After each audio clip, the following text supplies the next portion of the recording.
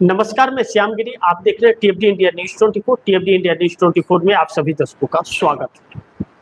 अचानक बंगाल में क्या हुआ? 4000 ईवीएम मशीन खत्म हो गई।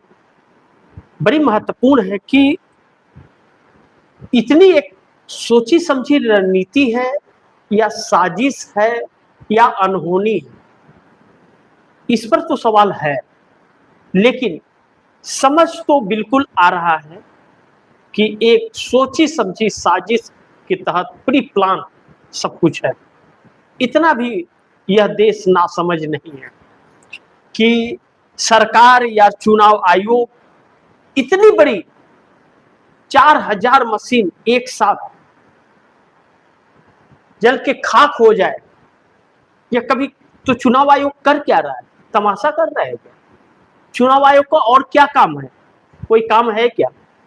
लेकिन चुनाव आयोग अपना काम भूल गया है। जब चुनाव आयोग अपना काम भूल गया है तो अब देश की जनता को इन चीजों को समझना पड़ेगा। बड़ी महत्वपूर्ण है कि जनसत्ता ने खबर दी। जनसत्ता के हवाले से बताओ, उस जनसत्ता ने रिपोर्ट की कि पश्चिम बंगाल सरकारी बिल्डिंग में आग लगने से 4000 ईवीएम मशीन खाक।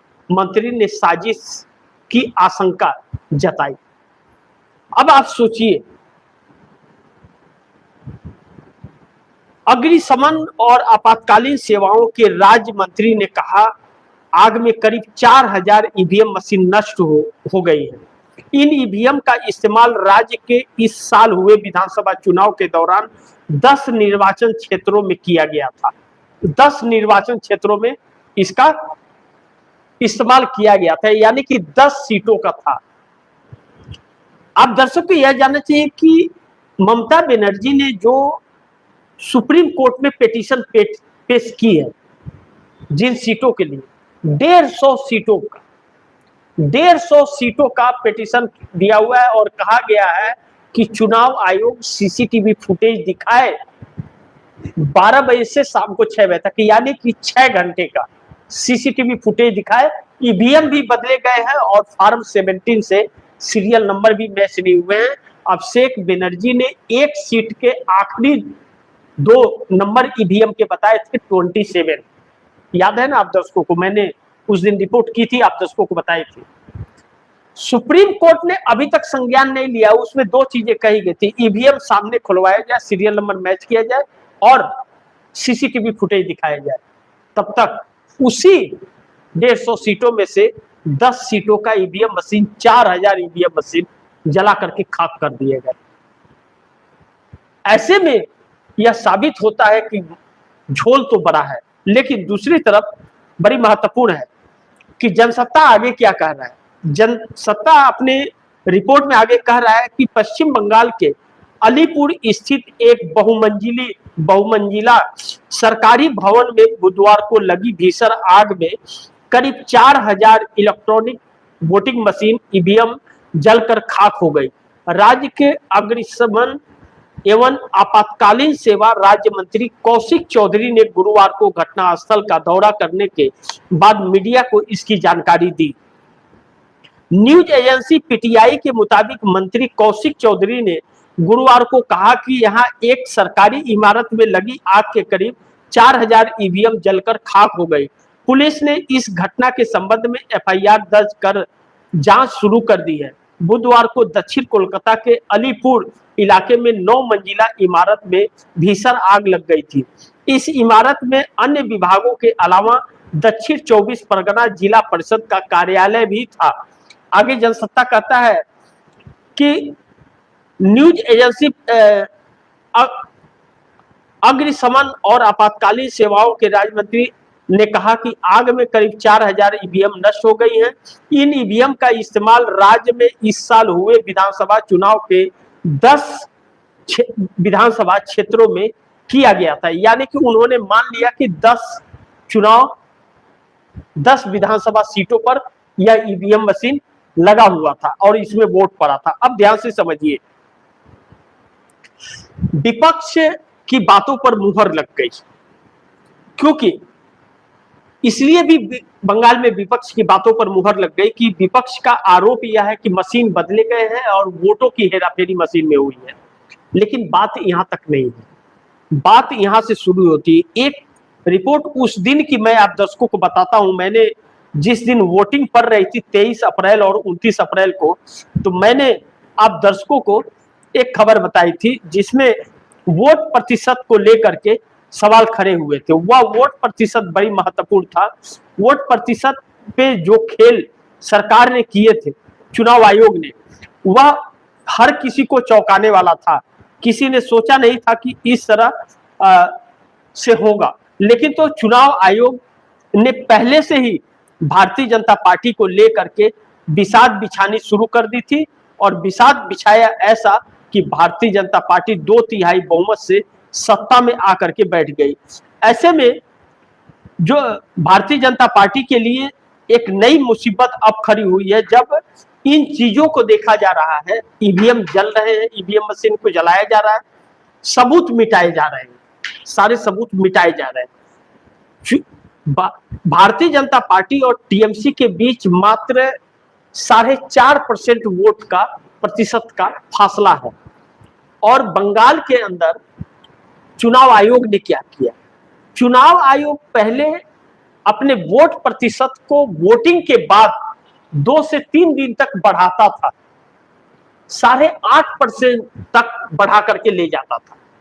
चूंकि बंगाल के अंदर भारतीय जनता पार्टी और टीएमसी के अंदर वोट प्रतिशत का बहुत बड़ा फासला था, तो एसआईआर के तहत 91 लाख लोगों के नाम काट दिए गए और 34 लाख लोगों को वोट डालने से वंचित कर दिया गया था। इतना फासला पड़ने के बाद और हार जीत का अंतर कटे हुए वोट से कम का है, यानी कि विपक्ष के वोट को काट करके भारतीय जनता पार्टी ने जीता। और जिस अधिकारी ने इसमें साथ दिया उसको बंगाल में सरकार बनते ही बड़े पद पर बैठा दिया गया। ऐसे में जो वोट प्रतिशत, एक ऐतिहासिक वोट प्रतिशत पड़ा 93.19%। आप दर्शक ध्यान से देखिए कि 23 अप्रैल और 29 अप्रैल को 2 दिन वोट हुआ था। पहले चरण के मतदान में 18.39% वोट प्रतिशत सुबह 9 बजे ही हो गया था। सुबह 9 बजे ही 18.39% वोट परसेंटेज हो गया था, सुबह 7 बजे से और 9 बजे के अंदर 2 घंटे के अंदर। और 11 बजते बजते 39.97% वोट प्रतिशत पहले चरण में हुआ था। 1 बजते बजते 61.11% का वोट प्रतिशत हुआ था। 3 बजे 78.68% का और 5 बजे 89.99% का और 6 बजे 93.19% वोट प्रतिशत हो गए इसके। आज तक के इतिहास में बंगाल में कभी इतने प्रतिशत वोट नहीं हुए, और जबकि 91 लाख लोगों के नाम काट दिए गए, 34 लाख को वोट नहीं डालने दिया गया, तो यह इसमें 10.5% का वोट परसेंटेज का हेर फेर किया है चुनाव आयोग ने, ऐसा आरोप लगाया गया है। लेकिन दूसरे चरण में जो 29 अप्रैल को हुआ था वह बड़ी खास था। 29 अप्रैल को सुबह 9 बजे वोट प्रतिशत जो आता है वह 18.76% का आता है। पहले चरण में 18.39% रहता है और दूसरे चरण में 9 बजे 18.76%, यानी कि पहले चरण से भी ज्यादा मतदान हुआ। 11 बजे 41.11% होता है दूसरे चरण में। पहले चरण में 39.97% रहता है और 1 बजे 62.18% वोट प्रतिशत रहता है और पहले चरण में 61.11% रहता है। 3 बजे दूसरे चरण में 78.77% होता है और पहले चरण में 78.68% रहता है और शाम 5 बजे 93.13% हो जाता है और पहले चरण में 89.99% रहता है। इन सभी को मिलाकर के लास्ट में 95% वोट प्रतिशत कर दिया जाता है चुनाव आयोग से। क्या 100 लोगों में 95 लोग वोट डालने आए हैं कभी आज तक इतिहास में? ऐसा क्या भारतीय जनता पार्टी ने इस देश में चमत्कार कर दिया कि इसके 95% लोग वोट डालने आ गए, यानी कि पूरी तरह से व्यवस्था पहले से थी।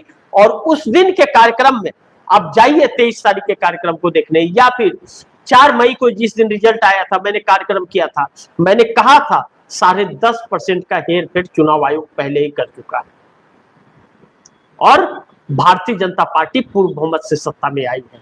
यानी कि विपक्ष की बातों पर ईवीएम मशीन जलकर खाक हो जाना, 4000 ईवीएम मशीन, इस बात का सबूत है कि विपक्ष की बातों पर लग गई है मुहर बंगाल के अंदर।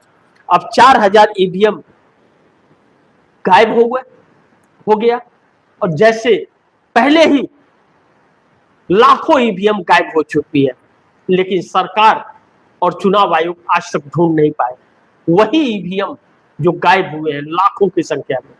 वही ईवीएम इस चुनाव के सत्ता का राज है। अब ऐसे में कहां संविधान है और कहां मानवता है? अब तो बस तानाशाही ही तानाशाही है, और ऐसे ही अगर चलते रहा तो आगे तानाशाहियां आम लोगों के जीवन पर यह सरकार मचाएगी, तांडव करेगी। ध्यान रखिएगा, और उन अनभक्तों के ऊपर भी यह सरकार तांडव करेगी एक दिन, जब उसे भी उसके लिए बोलने वाला कोई नहीं रहेगा। आज उन अनभक्तों का सहारा लेकर आम लोगों को कुचल रही है यह सरकार, और कल जब उनके ऊपर आएगा तो कोई उनके सपोर्ट में खड़ा होने वाला, बोलने वाला नहीं रहेगा, और गुलामी की राह पर देश होगा। इस बात से इनकार नहीं कर सकते। बाकी आप दर्शकों की क्या राय है, क्या सुझाव है, कमेंट बॉक्स में जरूर दीजिएगा। इस खबर को ज्यादा से ज्यादा शेयर कीजिएगा, अपने दोस्तों को भी कहिएगा आगे शेयर करें। और आपने टीएफडी इंडिया न्यूज़ 24 को सब्सक्राइब नहीं किया, सब्सक्राइब कर लीजिए, अपने दोस्तों को भी कहिएगा सब्सक्राइब करें। मिलते हैं अगली खबर के साथ, तब तक के लिए नमस्कार।